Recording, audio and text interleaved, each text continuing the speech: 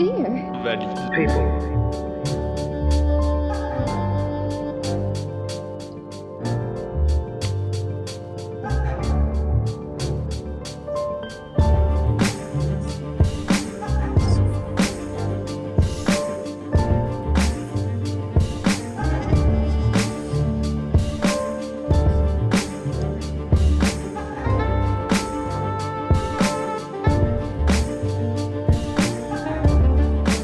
Dear.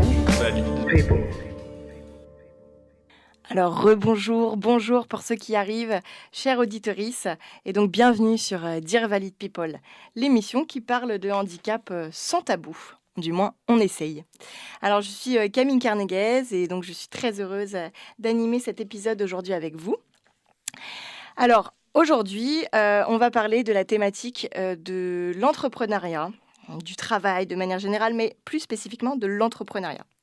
Alors, pour faire un bref topo et un peu contextualiser tout ça, pardon, selon l'INSEE, donc, 24% de la population française est en situation de handicap. Donc, on compte à peu près 9,4 millions de Français et Françaises. Selon l'AGFIP, donc l'Association de gestion du Fonds pour l'insertion professionnelle des personnes handicapées, en 2019, c'est 2,8 millions de personnes en âge de travailler qui sont reconnues handicapées, soit 7% de la tranche 15-64 ans. Sur ces 2,8 millions de personnes, donc, on compte 988 000 qui sont handicapés donc, et qui sont en emploi, tout emploi confondu. La loi stipule que toute entreprise et tout établissement public comptant au moins 20 salariés a une obligation d'emploi de 6% des personnes handicapées. Et enfin, l'entonnoir se resserre davantage quand on parle d'entrepreneuriat, et en l'occurrence d'entrepreneurs qui sont en situation de handicap en France.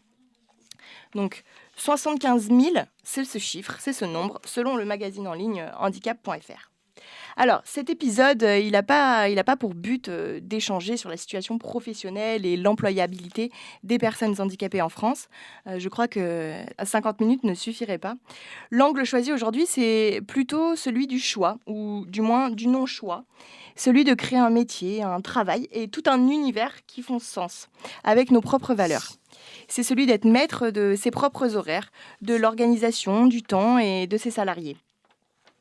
C'est finalement aussi le choix peut-être de ne pas subir d'une certaine manière une norme de travail qui ne nous correspond pas, tant au niveau énergétique qu'au niveau financier. J'ai alors décidé de me pencher donc sur cette thématique de l'entrepreneuriat. C'est un vaste sujet qu'on pourrait détailler pendant un long moment. Et au cours donc des échanges avec les invités, j'ai réalisé que les questions sous-jacentes apparaissaient et que je n'avais pas forcément prévues. On s'est alors demandé comment on arrivait à devenir entrepreneur et se lancer dans cette aventure en étant en situation de handicap. Quels sont les freins, mais quelles sont les réussites également? Comment gérer ce rapport à la productivité ou à l'efficacité, à l'efficience? Bon, mes invités maintenant aujourd'hui, je vais leur laisser la parole. Ils vont tenter de répondre à ces interrogations. Alors, dans un premier temps, j'ai Maxime Viry. Bonjour. Bonjour. Et de l'autre côté, Rémi Garcia. Bonjour Rémi. Oui, bonjour Camille. Alors, vous êtes tous les deux entrepreneurs. Alors, j'ai écrit Montpellierin, mais finalement, pas Montpellierin. Je viens de l'apprendre. Montpellierin pour Rémi et de Nancy pour Maxime. Et donc, avec chacun un domaine qui vous est propre. L'accessibilité numérique pour toi, Maxime, avec ton entreprise actuelle Beplayer One, pardon. Et une entreprise dans le domaine du service à la personne avec toi, Rémi, et l'entreprise SoLife. Je précise également que vous êtes tous les deux en situation de handicap et que vous vous déplacez avec un fauteuil roulant électrique. Voilà, ça c'est pour le contexte et l'image générale. Maintenant, on va rentrer dans un peu plus de détails. Est-ce que vous pouvez m'expliquer, messieurs, brièvement votre parcours universitaire, professionnel? Comment est-ce que vous êtes arrivé à créer cette première entreprise? Car je crois que ce n'est pas la première pour chacun. Alors, peut-être Maxime, si tu veux commencer? Ok, alors déjà, désolé pour le vent du Nord-Est, ça vient de chez moi, donc je vous demande pardon et j'assume pleinement. Alors mon parcours universitaire, peut-être scolaire même au sens large, et professionnel avant de créer ma première entreprise, il est assez banal au final, puisque j'ai la chance d'avoir fait partie de ces enfants qui ont suivi une scolarité dite banalisée, c'est-à-dire en milieu ordinaire. Je suis allé au collège, un collège classique, au lycée également, puis à l'université, dans un domaine cette fois plutôt informatique. Je me suis formé aux techniques de développement, de web design, de communication, de gestion. Et après ceci, j'ai entamé une petite errance universitaire pendant quelques années en cherchant un petit peu à me trouver une voie ou un début de voie, jusqu'à finalement revenir à mes premiers amours que sont l'informatique. Et c'est à ce moment-là que j'ai commencé à travailler dans une agence web en tant que web designer à l'époque, pendant quelques mois, quelques années de projet, jusqu'à finalement m'orienter vers un parcours plus entrepreneurial. Très bien, merci Maxime. On reviendra de toute façon évidemment hein, sur ton expérience. Rémi, pour toi, qu'en est-il? Donc, bonjour à tous. Donc moi, c'est un petit peu différent parce que moi, j'ai acquis entre guillemets mon handicap au cours de ma scolarité, donc vers la troisième. Donc j'ai dû après continuer un collège et un lycée pseudo-normal également. C'était dans un centre de rééducation qui permettait de suivre une scolarité avec un cursus classique et assez général. Donc j'étais jusqu'au bac ES. Ensuite, j'ai fait une licence en STAPS, puisque c'est le sport qui m'intéressait. Et j'ai eu la chance à Montpellier de faire partie des pionniers qui ont pu avoir la possibilité de rentrer en fac de STAPS avec un handicap lourd, hein, entre Mhm. guillemets, puisque je suis tétraplégique. Ensuite, j'ai suivi un cursus en master qui m'a amené vers un master en droit économie-gestion, toujours avec un fond dans le sport, puisque j'ai fait une spécialisation en marketing du sport. Donc, c'était mon cheval de bataille. Ensuite, je me suis heurté à des problématiques de recherche d'emploi qui m'intéressaient vraiment, puisqu'il n'y avait que la banque et les assurances quasiment qui m'ouvraient leurs portes dans l'Hérault. Je voulais pas déménager. J'aurais dû le faire sinon, si je voulais continuer dans ma branche initiale. Et donc, j'ai eu le goût, pendant mes études, à la création d'entreprises. Et je me suis confronté un master dans une collaboration avec une start-up qui était dans les objets communicants sportifs, des coussins pour les stades qui étaient communicants. Ça n'a pas marché parce qu'il y avait la crise des subprimes à l'époque, en 2007-2008. Et finalement, je me suis lancé dans la création d'entreprises. J'alliais en même temps une volonté personnelle de pouvoir entreprendre quelque chose qui m'était cher et en même temps répondre à un besoin de mon quotidien qui est avoir une fluidité dans mes besoins de compensation chez moi, dans mes loisirs, dans mes vacances et surtout dans mon travail. Et du coup, j'ai réussi à allier tous ces besoins-là et compenser tous ces besoins en créant ce Life en 2011. Ok. Est-ce que finalement l'âme de l'entrepreneuriat, l'envie d'entreprendre était là depuis le début pour vous? Maxime, si tu veux. Alors, chez moi, je crois que c'est arrivé par nécessité Mm. et par vocation. Euh, je ne l'ai pas précisé avant, mais beaucoup de difficultés à entamer ma carrière professionnelle, avec des mois et même des années passées à chercher un premier emploi Mm. que j'ai fini par trouver. Cet emploi était très intéressant. Pour autant, il m'apportait des contraintes liées à mon handicap, puisque j'ai aussi un handicap visible et plutôt invalidant. Et donc, ces contraintes logistiques au quotidien faisaient que j'étais en difficulté, en stress constant, parce que dépendant de transport, dépendant des horaires de mes intervenants à domicile, dépendant de beaucoup de choses, dépendant de marches qu'il fallait gravir pour accéder à mon poste avec une rampe en aluminium, franchement, hyper sympa. Il y a beaucoup de petites contraintes qui au quotidien devenaient pesantes pour moi et qui m'ont amené petit à petit à me rendre compte que non seulement j'avais une difficulté professionnelle, personnelle à rester sur un même sujet Mm. éternellement, ce qui est généralement incompatible avec un poste salarié, tout au moins dans les métiers que j'exerçais. Et puis, j'avais envie aussi d'indépendance, de créer mon propre emploi, de m'assumer par moi-même et, euh, et de faire ce qui m'intéressait. Et Ouais. je crois que c'est comme ça qu'est née vraiment la fibre entrepreneuriale chez moi. Tu rejoins ces propos, Rémi? Oui, alors moi, c'est un petit peu différent parce que jamais vraiment été salarié. Oui. Donc, je ne sais pas vraiment, entre guillemets, ce que c'est d'être salarié. J'étais salarié pendant 3 mois auprès du comité handisport de l'Hérault pour un audit. Et encore, je travaillais relativement en pleine autonomie.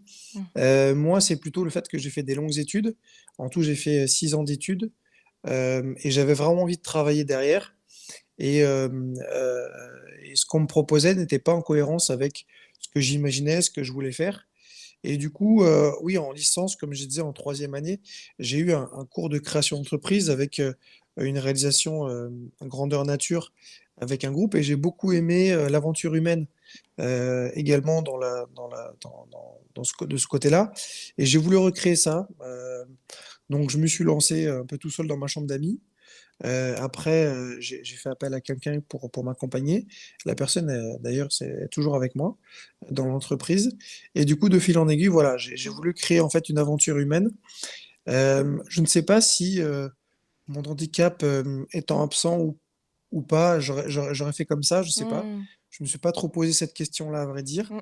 Dans tous les cas, c'est vrai que, comme dit Maxime, grâce à ça, j'ai pu en fait compenser mes difficultés et, euh, et m'adapter à une situation petit à petit, avec beaucoup d'autonomie, beaucoup de marge de liberté, puisque en étant mon propre employeur, je choisissais avec qui je travaille, dans quelles conditions, où ça, quels horaires et comment. Donc Oui. forcément, en partant d'une page blanche, il y a les difficultés, il y a les imprévus, il y a l'incertitude de si ça va marcher et on est un peu tout seul. Mais en même Mm. temps, on fixe notre propre cadre et notre propre rythme. Et c'est Mm. ça qui était très intéressant. Ouais, tu réponds en amont un peu à ma prochaine question aussi, de savoir quel est finalement le plus gros avantage, mais vous en avez cité pas mal sur l'autonomie, l'aventure humaine, l'adaptabilité aussi de son poste, enfin l'adaptation de son propre poste, et j'en passe. Quel est finalement le plus gros inconvénient dans cette aventure-là? En étant, je le reprécise, hein, donc entrepreneur, mais avec cette situation de handicap aussi, parce que je crois que c'est quand même aussi intrinsèquement lié. Euh, Maxime, si tu veux, je reste sur cet ordre. Très bien. Alors, les avantages sont nombreux, effectivement. Les inconvénients sont, dans mon cas, moins nombreux, mais pour autant relativement épineux. Le premier, je pense qu'on reviendra dessus. Après, c'est la gestion des capacités, des limites Oui. physiques et psychologiques. Au-delà de ça, je dirais qu'en tant qu'entrepreneur, de façon générale, on est amené parfois à jouer un rôle, entre guillemets, à amener une vitrine, à présenter une personnalité, à porter un projet. Donc, il faut être capable de le faire avec aplomb, avec charisme, si on en a un petit peu, avec pas mal de choses. Euh, Socialement, le handicap, c'est rarement un avantage, je trouve, en tout cas. Ouais. Donc, ça demande voilà, un effort, un investissement, je crois, supplémentaire, se rendre crédible en toutes circonstances. Ça demande, je crois, en tout cas de mon point de vue, plus d'efforts que pour un entrepreneur dit valide. Ça, c'est pour moi la principale problématique et elle va de pair avec les relations commerciales, les partenariats qu'on peut avoir avec d'autres prestataires, Ouais. fournisseurs, collaborateurs, etc. Mm. Pour toi, Rémi, pareil, tu rejoins avec un ajout peut-être d'inconvénient. Oui, dans les inconvénients, premièrement, en fait, on a les inconvénients des entrepreneurs classiques, c'est-à-dire Oui. quand on est entrepreneur, on a l'inconvénient mise, entre guillemets, sur un projet, du temps, de l'énergie, de l'argent et du temps aussi, qu'on sacrifie, avec sa famille, par exemple, ou avec son conjoint, ou avec, ses enfants. Enfin, je sais pas, ça dépend des situations, qu'on Mmh. rencontre. En tout cas, on a ces inconvénients-là, même si, c'est un peu le prix de la liberté, d'entreprendre. Et c'est vrai que, comme dit Maxime, on a un temps supplémentaire, consacré, hein, comme on pourrait dire un peu un genre de tiers-temps qu'on a en plus du fait de notre handicap et que, bah, rien n'est forcément, facilité d'avance. Après, ça tient aussi à notre motivation. Donc c'est sûr que, on est plus tensé sur notre motivation et notre volonté intrinsèque de se réaliser.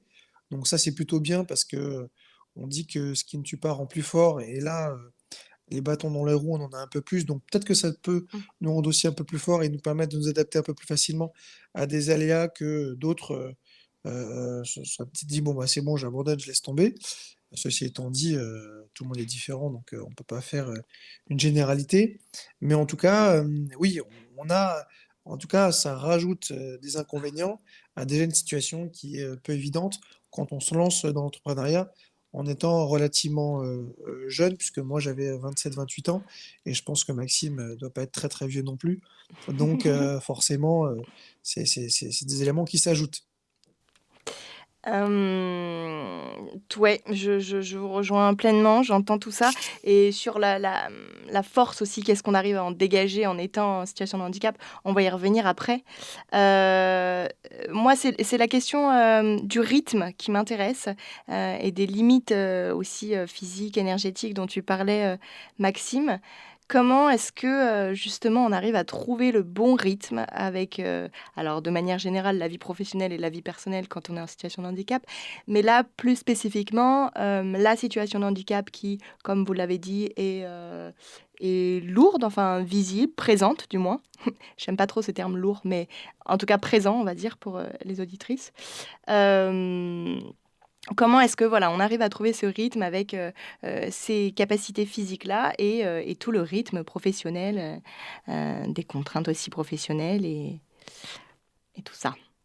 Allez Rémi, je change le Le rythme, alors, premièrement, il y a un 1er rythme qui va être dicté quand même sur, la création d'entreprise et le développement, du moins qu'on s'est fixé.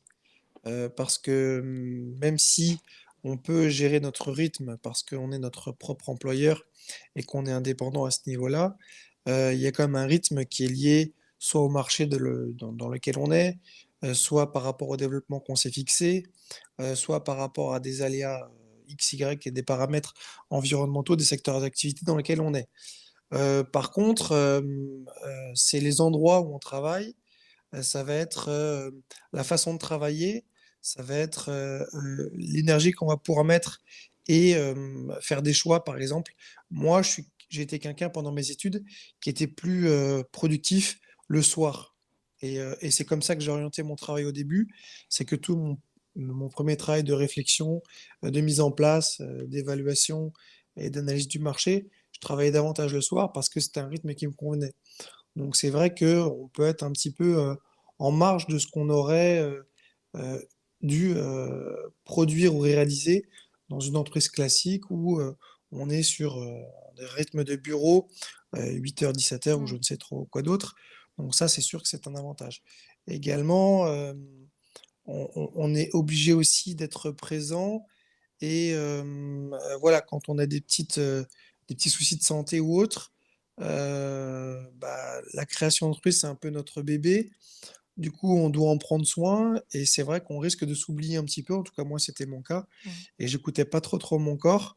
J'ai pu après, par la suite, me reposer sur des personnes en qui j'avais confiance et là, j'ai pu relever le pied et dégager du temps et déléguer et ça, c'est quelque chose qu'il faut qu'on apprenne à faire au mmh, bout d'un moment quand on est en situation de handicap, a fortiori.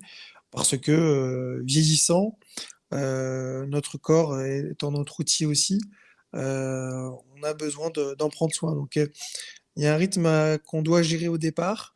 Heu, on est propulsé aussi un petit peu par cette motivation à développer ce qu'on veut faire.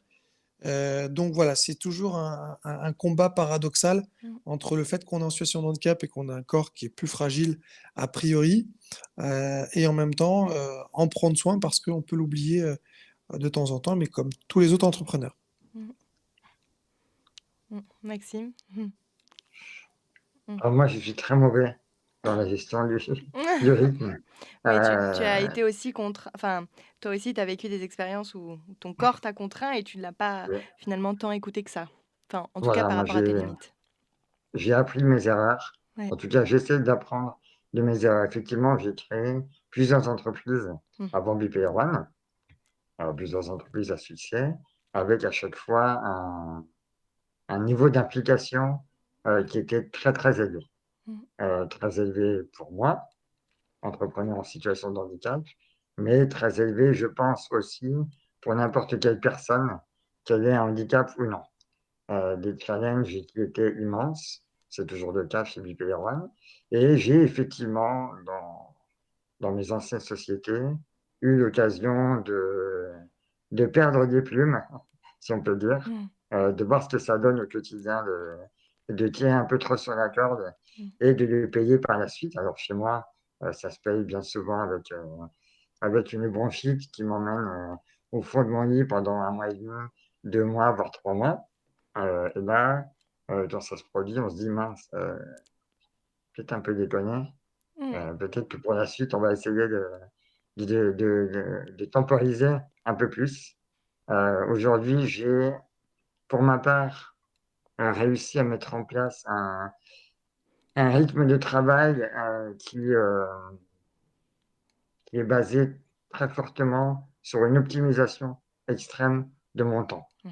Je calibre chaque minute de mes journées, chaque réunion, chaque atelier, chaque phase de production est planifiée à l'avance. Je planifie tout. Je crois que c'est un point commun qu'ont beaucoup de personnes en situation de handicap, c'est la capacité et la nécessité à planifier ce qui pourrait ne pas l'être pour des personnes valides. Dans le cadre du travail, c'est un avantage, puisque je suis un planificateur de l'extrême. Et j'ai également passé beaucoup de temps, en fait, à faire en sorte de trouver des moyens de compenser par la technologie les moyens réduits que m'apporte mon corps. Pour résumer en 2 mots, chez moi, à part la tête et 2, 3 doigts, il n'y a pas grand-chose qui fonctionne.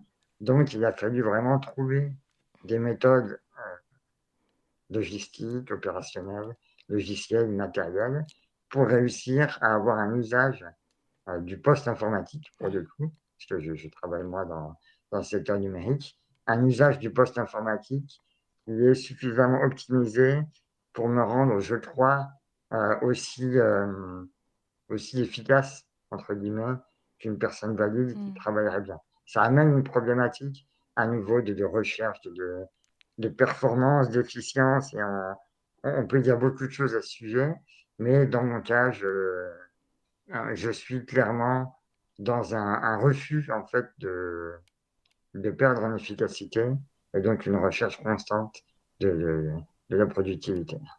Mmh. On va y revenir sur cette notion de productivité liée aussi à l'handicap, enfin quand handicap il y a.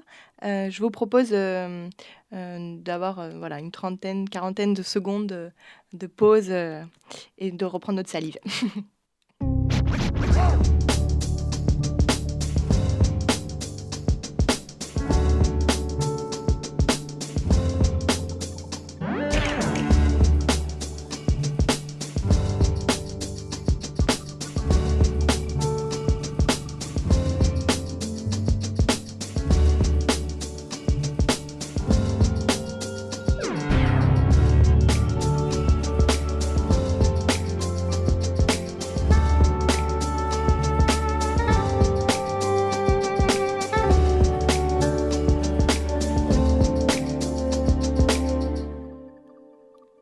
Alors on parle d'entrepreneuriat, on parle d'efficacité, de productivité au travail, mais aussi énormément et beaucoup et toujours d'adaptabilité et d'adaptation.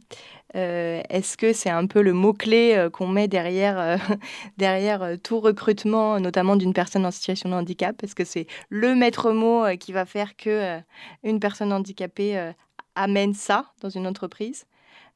Qu'est-ce qu'elles amènent d'autre, ces personnes en situation de handicap? Parce que je sais que vous en employez certaines. Alors, Rémi, peut-être. Vas-y. Du coup, ce que je disais, c'est que déjà, je pense pas qu'en fait, le projet, ce soit forcément de recruter Mm. une personne en situation de handicap. On va recruter et acquérir en fait des compétences, que la personne soit en situation de handicap ou pas. Ensuite, ce que la personne avec un handicap peut nous amener, ça va être une vision et une sensibilité par rapport à son poste. Alors, ça dépend du poste. Nous, à SoLife, on avait une personne en situation de handicap lourd qui avait en fait à sa tête la gestion, une partie de la stratégie et du développement d'entreprise, et notamment dans la recherche de services innovants en lien avec la compensation du handicap au quotidien. Donc c'était impeccable pour que la personne puisse réfléchir elle aussi à qu'est-ce qu'on pouvait proposer et innover en termes de services pour les personnes en situation de handicap, et notamment pour nous à Solaf, les personnes en situation de handicap dit lourd. Mm. Ce qui représente une très faible partie des personnes en situation de handicap en France. Et notamment dans le cadre du travail, des études, des voyages et tout ce qui est hors domicile. Donc c'est ça que la personne va nous amener. Et le seul besoin qu'elle a, en général la personne, c'est qu'on l'aide à trouver les compensations de ses besoins, qu'ils soient techniques, qu'ils soient technologiques, qu'ils soient humains ou autres. Et ensuite, on remarque, et la GFIP l'a fait remarquer dans différentes études, que c'est cette symbiose que la personne crée avec son poste, et par exemple un aidant humain, si elle a besoin, est supérieure à une personne dite valide qui va occuper le poste sans contrainte de base, a priori, en tout cas en lien avec des situations de handicap du quotidien. Maxime, tu rejoins cette idée? C'est... Je rejoins cette idée. On a une approche légèrement différente, puisque chez BPR One, donc, on agit pour l'inclusion des personnes en situation de handicap dans la société à travers l'accès aux outils numériques, Mm. et notamment aux jeux vidéo. Et dans ce cadre-là, on est amené à avoir besoin de la compétence handicap en interne. Et donc, chez nous, il y a une volonté réelle, pour le coup, de recruter des personnes qui apportent cette compétence, Mm. cette vision unique du handicap, singulière. Il y a autant de situations de handicap que de personnes qui vivent avec un handicap. Et donc, pour moi, pour mon équipe, le fait de recruter des personnes en situation de handicap, alors, ce n'est pas une obligation. On a des postes, évidemment, de joueurs testeurs, notamment, qui sont exclusivement réservés à des personnes en situation de handicap, mais j'ai également des postes beaucoup plus classiques de développement, de consulting, des postes d'ingénierie commerciale également, qui sont ouverts évidemment à tout le monde avec une vision très globale de la diversité, mais il est vrai que euh, j'essaye, dans la mesure du possible, déjà d'attirer des profils de personnes concernées par le handicap, et quand je le peux, effectivement, de donner un, un avantage à compétences égales aux personnes en situation de handicap. Parce Mm. que je crois qu'elles apportent une vision. Et dans une entreprise, tout au moins dans une start-up, la vision apportée me semble essentielle. Mm. Elle permet d'échanger, d'amener des idées, de faire phosphorer, d'être en effervescence constante. Et donc ça, c'est fondamental. Que les handicaps soient visibles ou non, qu'ils soient plus ou moins sévères, ça ne change rien. C'est vraiment la diversité amenée par le handicap, et ce dont tu parlais, Camille, cette capacité d'adaptation et d'adaptabilité qui est, je crois, plus qu'essentiel en entreprise. Mmh. N'hésitez pas à interagir, Rémi, si tu veux, réfléchir aussi. Je ne détiens pas le bâton de parole. Non, pas de souci. Oui, oui, c'est très intéressant ce que vous dites. Souvent le handicap me fait enfin, le handicap, le fait d'être en situation de handicap et aussi d'être, constamment en adaptation aussi à un poste de travail, à un lieu de vie, à des gens, à un environnement aussi. Je fais souvent le parallèle avec le voyage, par exemple, et où, quand on se retrouve, voilà, dans un pays complètement inconnu, avec une langue, un environnement, tout voilà, un tout qui nous est complètement inconnu, on sort, bah, totalement de notre zone de confort et en fait, on n'a pas le choix que juste de s'adapter, de aussi faire confiance et un peu, voilà, être en écoute aussi de l'autre et d'être face à soi-même, quoi. Et des fois, je fais souvent ce parallèle, avec le handicap et le voyage. Alors c'est très intéressant et là, vous êtes vous-même, donc recruteur, et avec une vision, de l'entreprise, et de l'entrepreneuriat qui vous est propre et parce que vous êtes déjà vous-même, sensibilisé et connaisseur de ces questions en termes d'handicap. Alors mais comment on agrandit cette vision-là et comment on la rend beaucoup plus globale? Comment on arrive à faire considérer que le handicap est avant tout ou une compétence ou quelque chose qui va s'ajouter à des compétences qui sont là de base, mais comment on arrive à faire considérer que le handicap n'est pas quelque chose d'horrible, ne va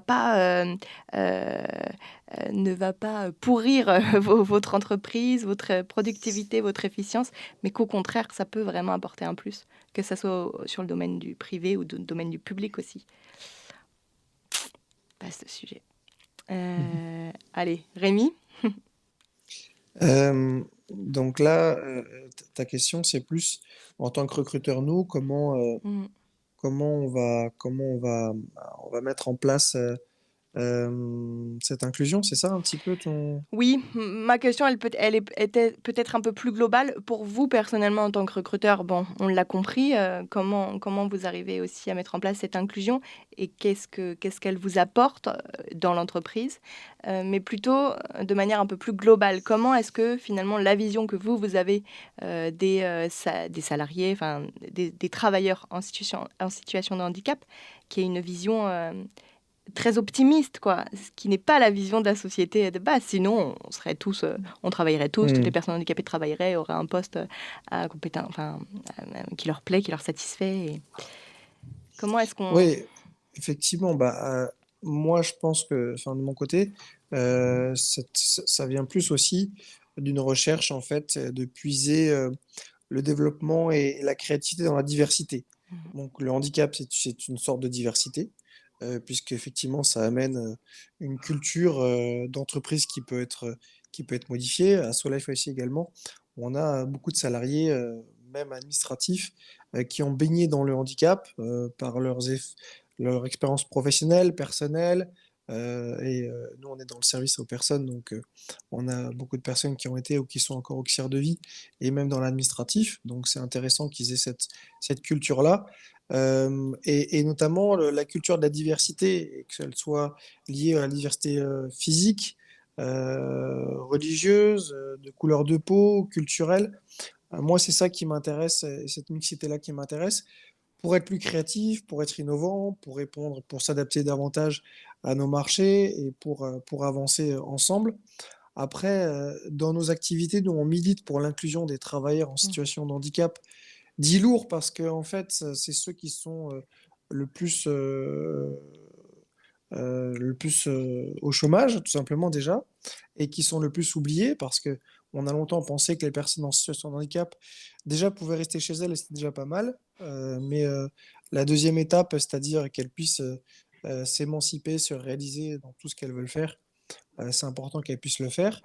Mais ça vient d'un effort collectif et ça vient d'une motivation collective. Effectivement, il faut que les personnes en situation de handicap elles-mêmes fassent des études, fassent des efforts, effectivement de leur côté également, ce qui est pas tout le temps facile et évident en fonction de là où on habite, ce qu'on a fait, nos capacités de base et notre niveau dans lequel on vit.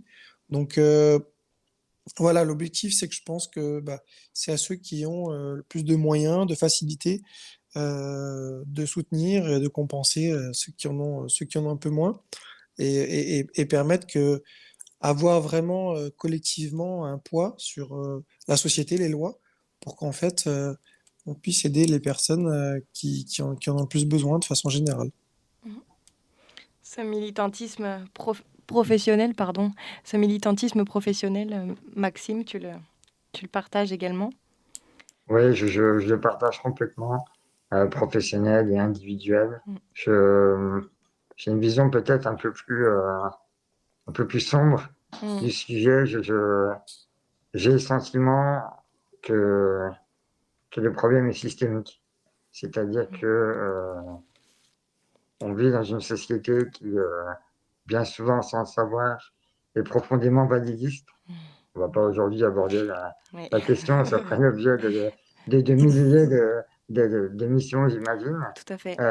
Mais je crois qu'il y a une nécessité à agir par la mise en lumière, mais sans pathos, sans leçon de vie, sans tout ce qui est insupportable de la mise en avant du handicap.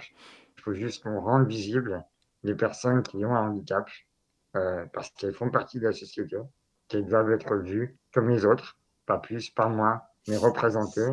Et déjà ça, à mon sens, c'est l'occasion d'amener un peu de, un peu d'élévation des consciences, parce que tant qu'on ne voit pas les choses, on ne peut pas les comprendre, on ne peut pas les étudier. Et, euh, et maintenant, dans un cadre purement professionnel, euh, je travaille pour ma part dans le numérique et dans ce secteur-là qui est très largement dominé par des entreprises euh, nord-américaines notamment. Je vois une différence majeure en fait dans les politiques de diversité et d'inclusion. Alors diversité au sens large, mais concernant également le handicap. Et je constate avec un plaisir qui ne devrait pas être surprenant, qui devrait être tout à fait banal, mais qui est pour moi toujours une belle surprise, c'est de constater que dans ces entreprises-là, on recrute des personnes en situation de handicap, on les place à des postes à responsabilité, Mhm. on les considère comme ce qu'elles sont, des employés qui ont parfois des besoins un peu spécifiques, mais qui ont avant tout un rôle à jouer. On n'est pas sur des emplois sociaux à se dire on D'obligation prend le petit autorette pour faire bien, etc. pour Non, ça, c'est respecter les pourcentages, ouais, ouais. exactement les quotas, ce genre Mm. de choses qui sont malheureusement nécessaires encore aujourd'hui. Oui. Et donc, j'aime beaucoup, moi, cette approche très nord-américaine du business.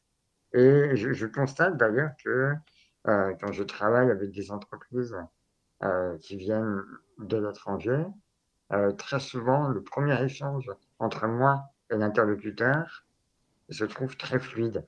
Alors, ce n'est pas parce qu'en France, on est obtus ou validiste ou que sais-je, c'est simplement que je crois qu'il y a des systèmes, par ailleurs, pas partout, mais à certains endroits, font que le handicap est plus considéré avec plus de légèreté.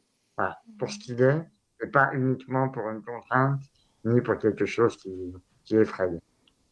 Ouais. Considéré comme une caractéristique à part entière, quoi.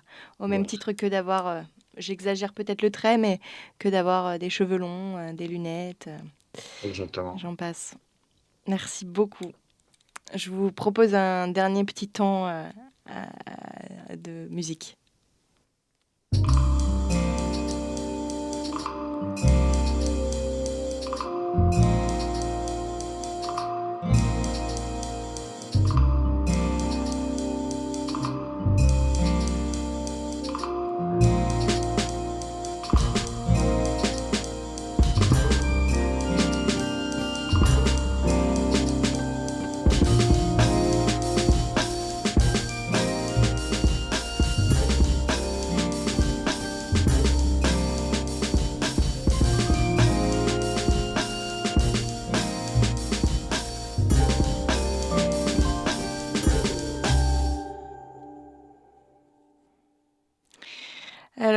messieurs et chers auditorices, on arrive sur la fin de cette émission. Il nous reste quelques minutes. La dernière question que j'aurais envie de vous poser, c'est l'accompagnement que vous avez eu ou peut-être que vous avez manqué lors de l'élaboration du projet de création d'entreprise. Alors, je parle vraiment d'accompagnement humain, social, mais aussi financier, si vous avez eu. Allez, Maxime, je te redonne la parole. Alors, je vais me focaliser sur ma société actuelle, Ouais. Bipolar One. Elle n'est pas forcément représentative de ce que j'ai vu avant, mais pour le coup, c'est la plus belle expérience dans ce contexte-là, Mm. donc elle me semble intéressante. Tu décides de Euh, rester sur un point optimiste alors pour la fin. Exactement, très optimiste pour le coup, et hyper intéressant. Euh, de façon générale, je déteste qu'on considère ma personne en prenant en compte avant tout mon handicap. Mm. Je suis personnellement très investi pour faire en sorte que le handicap, je ne cherche pas à masquer mon handicap, j'en ai pas honte, on n'a pas à avoir honte de ce qu'on est, en plus j'y peux pas grand-chose, mais je souhaite que le handicap soit considéré pour ce qu'il est, en l'occurrence un truc qui m'embête au quotidien, mais qui ne m'empêche pas forcément de faire tout. Et donc, dans ce cadre-là, je mets un point d'honneur à avoir des partenaires, des soutiens, des accompagnateurs qui ont une vision saine du handicap. Et je trouve qu'avec Bipolar One, on a vraiment la chance, je dis on parce que je suis certes le modeste président, mais pas le seul des gens, on est 4 associés à l'activité, même si c'est moi qui aujourd'hui dirige un peu la barre à bord du navire. On a la chance d'être accompagné par des structures, je pense notamment à un incubateur de Grande Innovation, qui a eu cette extrême intelligence de considérer un projet, voilà, un projet de start-up avec des entrepreneurs à bord, dont un qui est monté sur roulette, et donc de nous accompagner dans un projet qui est devenu une petite graine, qui est devenue une start-up, qui aujourd'hui est en plein développement, en pleine explosion. Et je crois qu'effectivement, l'accompagnement, pour moi, en tant qu'entrepreneur, est nécessaire. Mais pour le coup, il dépasse très largement la notion de handicap, parce qu'au quotidien, je ne crois pas avoir besoin d'être accompagné sur ma situation personnelle. J'ai un accompagnement dans ma vie privée avec mon épouse, mes 2 enfants, ma famille, mes amis, etc. Mais dans le monde entrepreneurial, l'accompagnement est différent. Il se traduit par des partenariats, par des collaborations qui sont fructueuses, qui sont hyper enrichissantes, enthousiasmantes, flatteuses quand on s'autorise à un petit peu d'ego, et également un accompagnement financier.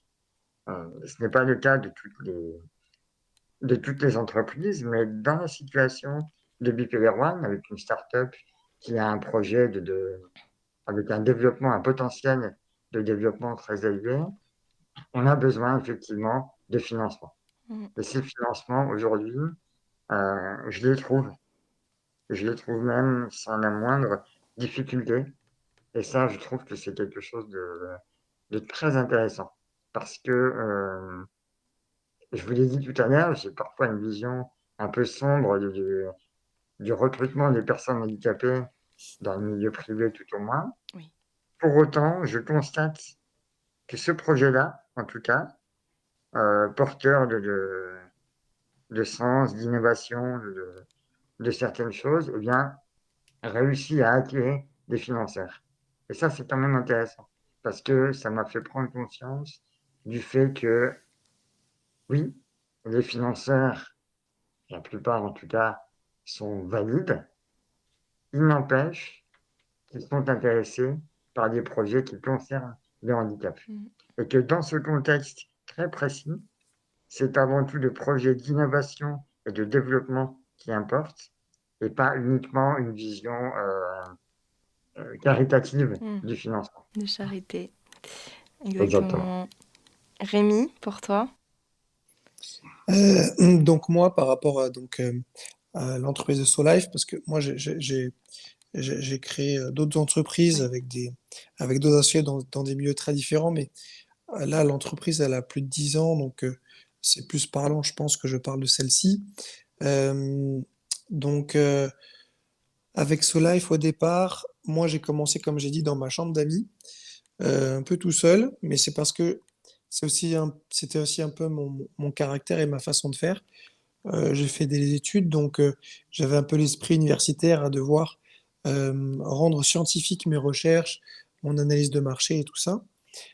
Et ensuite, j'ai tout simplement demandé de l'aide à la CCI de Montpellier, Mm. qui m'a accompagné parce que je voulais que mon projet et mes idées et ce que je voulais mettre en place en théorie se confrontent à une réalité, à des réalités économiques. Et donc, ça m'a permis de connaître aussi tout ce qui existait en matière d'aide pour les créateurs d'entreprises. Je me suis jamais en fait focalisé sur le fait que j'étais un entrepreneur en situation de handicap. Ni je l'ai mis en avant, ni je l'ai exclu, ni enfin j'en ai pas vraiment fait cas. C'est ce qui est. Et Mm. pardon? C'est juste ce qui est, quoi. Oui, c'est ça en fait. Pas d'autre. Après, parfois on me le renvoyait, parfois non. Parfois ça m'a aidé, parfois ça m'a peut-être desservi, mais je me suis peut-être pas rendu compte. En tout cas, ce qui est intéressant, c'est que ça nous fait sortir du lot, Mm. parce que forcément, on se rappelle plus facilement de moi que de quelqu'un d'autre parce que je suis différent, et ça se Mm. voit. Donc ça peut être un atout à certains moments. Et après, c'est vrai qu'en général, quand on cherche des partenaires, des financeurs ou autres, et qu'on apporte une compétence et un discours qui est cohérent, le handicap passe vraiment au second plan. Et en fait, c'est les compétences et c'est la projection que les autres peuvent se faire de notre projet qui vont être mis en avant. Et même parfois, ça m'est déjà arrivé que les personnes oublient que je suis en situation de handicap Mm. et me disent par exemple, je viens de prendre en voiture avant qu'on aille à tel endroit. Je dis, mais attends, mais tu veux faire comment là? Parce que voilà, t'as une Clio, quoi, ça va être un peu difficile. Et voilà, donc c'est ce genre de choses qui nous montrent que Mm. une fois qu'on est dans le bain et que en fait, les personnes ont passé cette barrière-là, on est des entrepreneurs communs et comme les autres, même si en back-office, on doit peut-être en faire plus et on en a déjà parlé sur la santé, sur le temps et tout ça. Mais pour moi, c'est toujours une aventure humaine. Donc, l'avantage d'être également à la barre, c'est que si jamais je conçois qu'un partenaire ne partage pas mes valeurs, ma vision de la société Oui. et me permet pas d'avancer dans un esprit qui me convient, et ben, je laisse de côté et puis j'en trouve d'autres. Oui. Et sur ce point de vue-là, une fois que les choses sont lancées, c'est quand même assez facilité puisque voilà, quand on commence à développer une entreprise, on commence à avoir un poids, on commence à être davantage écouté et parfois reconnu et ça permet vraiment après d'embarquer d'autres personnes avec nous et après à SoLife, on en a fait aussi l'un de nos services, c'est d'accompagner les entrepreneurs en situation de handicap pour l'aider, notamment à la compréhension d'aide humaine au travail, pour les personnes qui en ont besoin. Et donc, on commence aussi à être reconnu sur ce terrain-là. Et après, ça fait un peu effet boule de neige et ça permet de continuer sur ce terrain-là. Et voilà, j'en suis assez content. Et voilà, ça permet après de rendre l'appareil à d'autres. Et c'est assez satisfaisant sur plein de points de vue. Et du coup, j'essaie donc, voilà, avoir une vision après de plus en plus positive sur les choses. Et c'est le fait qu'on sera en nombre à être dans cette mouvance-là qui va nous donner un poids et politique et économique Mm. et pour faire changer les choses, parce que si ça vient pas de nous, ça viendra pas. Moi, je l'attends pas en tout cas de l'État ou du gouvernement, Non, quel qu'il soit. c'est la représentation qui importe, ça c'est fondamental. Représenter nous-mêmes les personnes en situation de handicap, faire en sorte qu'on puisse tous représenter. Et Rémi, dans ce que tu dis, il y a quelque chose qui résonne en moi, c'est la nécessité à un moment, ce côté impérieux de s'autoriser des choses. S'autoriser à vivre. Alors, c'est une problématique humaine, on la rencontre tous, beaucoup de personnes à un moment ou à un autre. S'autoriser, quand on est en situation de handicap, à pas forcément être d'accord avec la vision que pourrait vouloir nous imposer la société, la vision globale des choses, et se dire, OK, je veux faire un truc, je le fais, parce que je suis capable, en fait. Je suis peut-être capable, ou capable d'apprendre à le faire. Merci, merci infiniment. J'ai rien de plus à ajouter. Se représenter soi-même, la nécessité impériale de s'autoriser à vivre et à se représenter soi-même et être là partout et présent dans tous les domaines. Merci énormément, messieurs, Rémi Garcia et Maxime Biry. Voilà. Merci à toi, Camille. À bientôt. Qu'est-ce qu'on peut vous souhaiter? Merci. Plein de bonnes choses, plein de bonnes continuations et à la prochaine. Merci et bonne journée à tous. Merci pour votre écoute. Bonne journée à tous. Valide. people,